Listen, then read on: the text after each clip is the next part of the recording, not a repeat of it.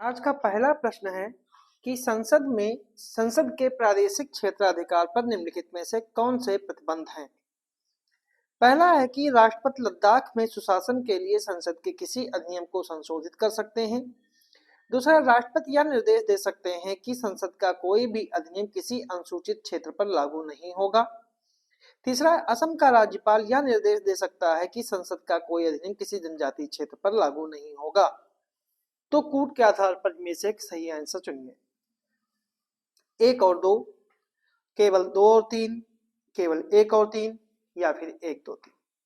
तो जो इसका सही जो आंसर है वो आपका है सी ऑप्शन 1 और 3। मतलब पहला और तीसरा जो है वो संसद के प्रादेशिक क्षेत्राधिकार पर प्रतिबंध है, दूसरा जो है वो प्रतिबंध नहीं है। क्योंकि संविधान जो है वो संसद और राज्यों के प्रादेशिक क्षेत्राधिकार को परिभाषित करती है। संसद जो होती है वो संपूर्ण भारत या उसके किसी भी राज्य क्षेत्र के लिए या किसी राज्य क्षेत्र के किसी भी हिस्से के लिए कानून बना सकती है। और भारत के राज्य क्षेत्र में राज्य, संघ राज्य क्षेत्र और फिलहाल के लिए भारत के राज्य क्षेत्र में शामिल कोई अन्य क्षेत्र शामिल होता है। लेकिन संविधान संसद के संपूर्ण प्रादेशिक क्षेत्राधिकार पर कुछ प्रतिबंध भी लगाता है। जैसे राष्ट्रपति 4 संघ शासित प्रदेश जिसमें अंडमान निकोबार, लक्षद्वीप, दादर नगर हवेली और दमन दीव और लद्दाख, ठीक है, लद्दाख में शांति, विकास और सुशासन के लिए नियम बना सकता है। इस प्रकार बनाए गए नियम में संसद के अधिनियम के समान ही उसकी पावर होती है।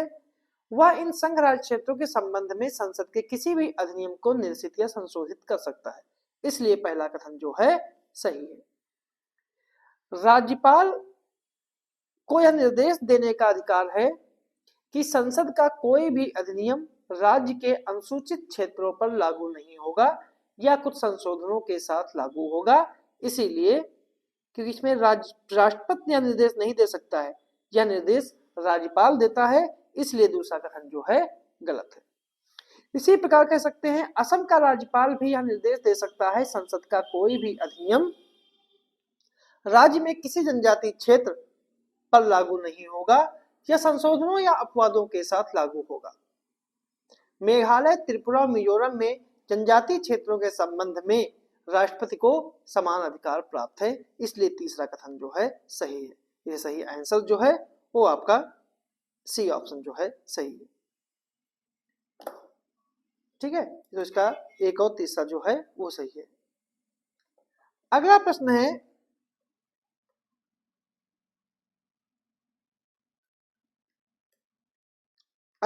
है कि निम्नलिखित में से कौन सा पंचायती राज संस्थाओं के राजस्व का स्रोत नहीं है। मतलब कि कौन सा जो है वो पंचायती राज संस्थाएं जो हैं उनके राजस्व का स्रोत नहीं है। तो पंचायती राज संस्थाओं की बात करें तो पंचायती राज संस्थाओं के बारे में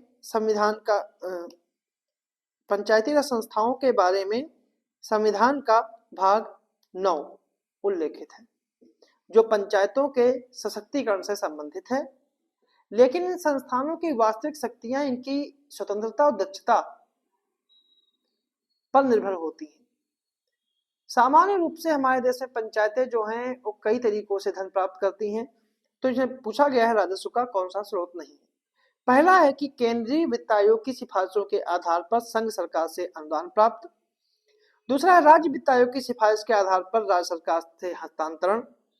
तीसरा है ग्राम सभाओं के प्रत्यक्ष स्वामित्व वाले प्रमुख खनिजों के विक्रय से अर्जित राजस्व।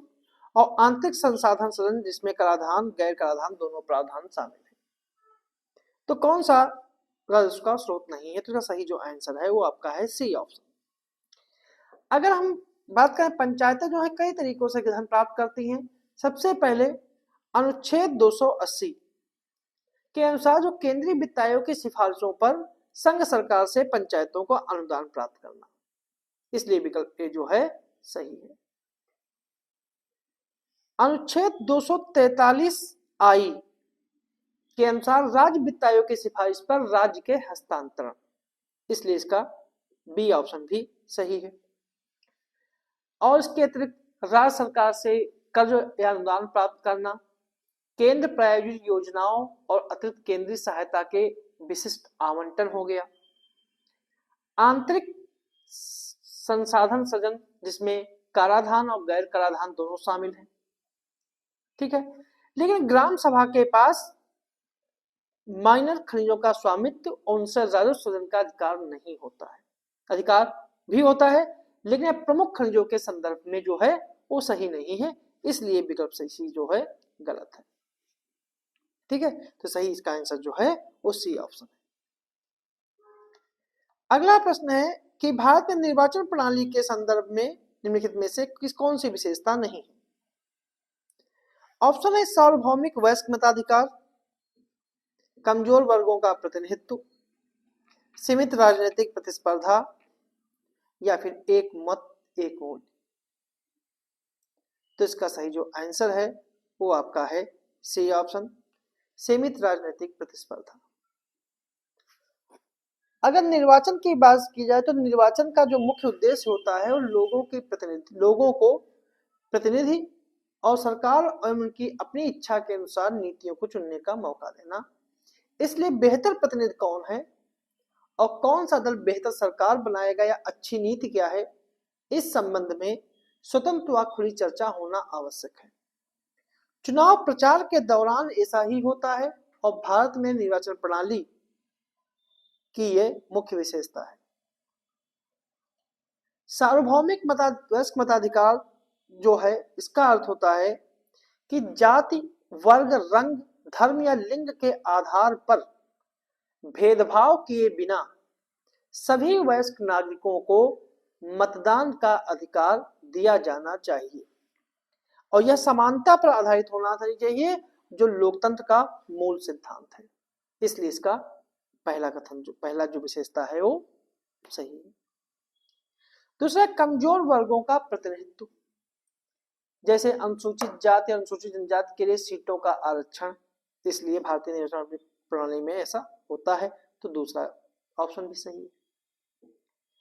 खुली राजनीतिक प्रतिस्पर्धा, यानी कोई भी व्यक्ति दल बना सकता है या चुनाव लड़ सकता है, ठीक है, उस पर कोई प्रतिबंध नहीं है, इसलिए तीसरा जो है वो भारतीय निर्वाचन प्रणाली की विशेषता नहीं। एक मत एक मूल्य का सिद्धांत जो है किसी भी लोकतंत्र की आधारशिला है।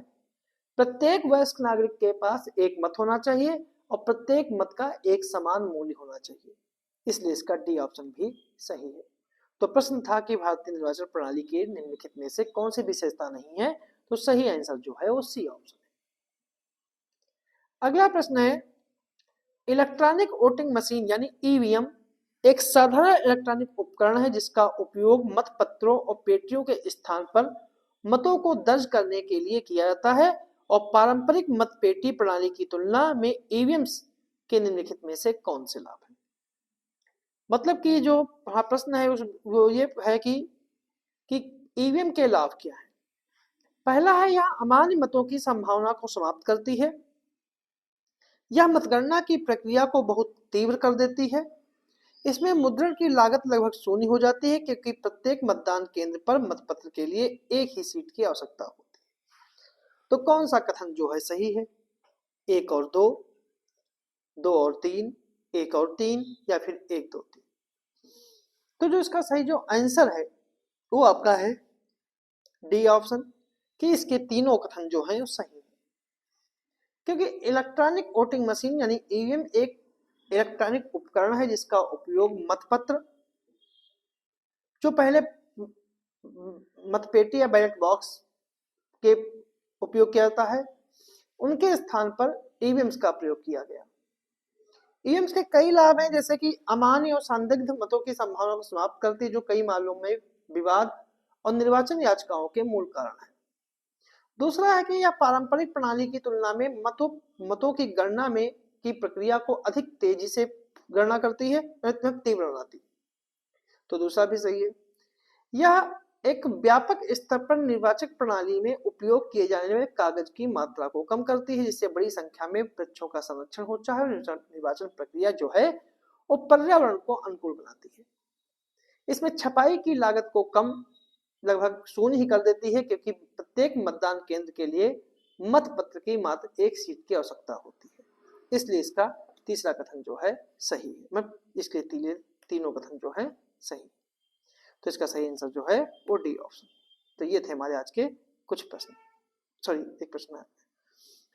अगला प्रश्न है कि स्थगन प्रस्ताव के संदर्भ में निम्नलिखित कथनों पर विचार करें कि स्थगन प्रस्ताव क्या होता है। पहला है कि किसी विशेष मामले पर सदन का ध्यान आकर्षित करने के लिए इसे संसद के किसी भी सदन में पेश किया जा सकता है। दूसरा, इसे पेश करने के लिए कम से कम 50 सदस्यों के समर्थन की आवश्यकता होती है। और तीसरा है, इसके अंतर्गत संसदीय विशेषाधिकार के प्रश्न से संबंधित मामले उठाए जा सकते हैं। तो इनमें कौन सा कथन जो है सही है? केवल एक, केवल दो, दो और तीन, या फिर एक, दो, तीन? जो इसका सही जो आंसर है वो आपका है बी ऑप्शन, केवल दो। तो दूसरा कथन सही है, बाकी पहला और तीसरा गलत है। स्थगन प्रस्ताव अविलंबनीय लोक महत्व के निश्चित मामलों पर सदन का ध्यान आकर्षित करने के लिए संसद में पेश किया जाता है। यह एक असाधारण उपकरण माना जाता है कि स्थगन प्रस्ताव पर चर्चा कम से कम 2.5 घंटे की होनी चाहिए। इसका पहला कथन इसलिए गलत है क्योंकि स्थगन प्रस्ताव एक असाधारण युक्ति है जिसमें सरकार के खिलाफ निंदा का तत्व शामिल होता है और प्रधानमंत्री के नेतृत्व में मंत्रिपरिषद प्रत्यक्ष रूप से लोकसभा के प्रति उत्तरदायी होती है, इसलिए इसे केवल लोकसभा में ही पेश किया जा सकता है, न कि राज्यसभा में। इसलिए पहला कथन जो है गलत है। दूसरा कथन इसलिए सही है कि यह सदन के सामान्य कामकाज को बाधित करता है, इसलिए इसे कम से कम 50 सदस्यों के समर्थन की आवश्यकता होती है।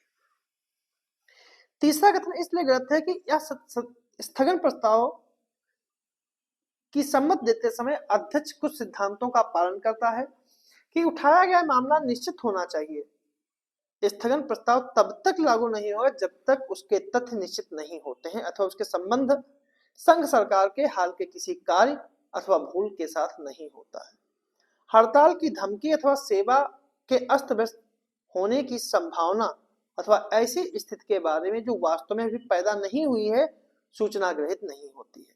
और उठाया गया मामला अविलंबनीय होना चाहिए। कोई मामला तभी ही अविलंबनीय माना जाता है जब वह अचानक उठा हो या आपातिक हो, या पहले से चला रहा कोई मामला नहीं होना चाहिए और उसकी अत्यावश्यकता ऐसी होनी चाहिए कि इसमें विलंब नहीं किया जा सकता है।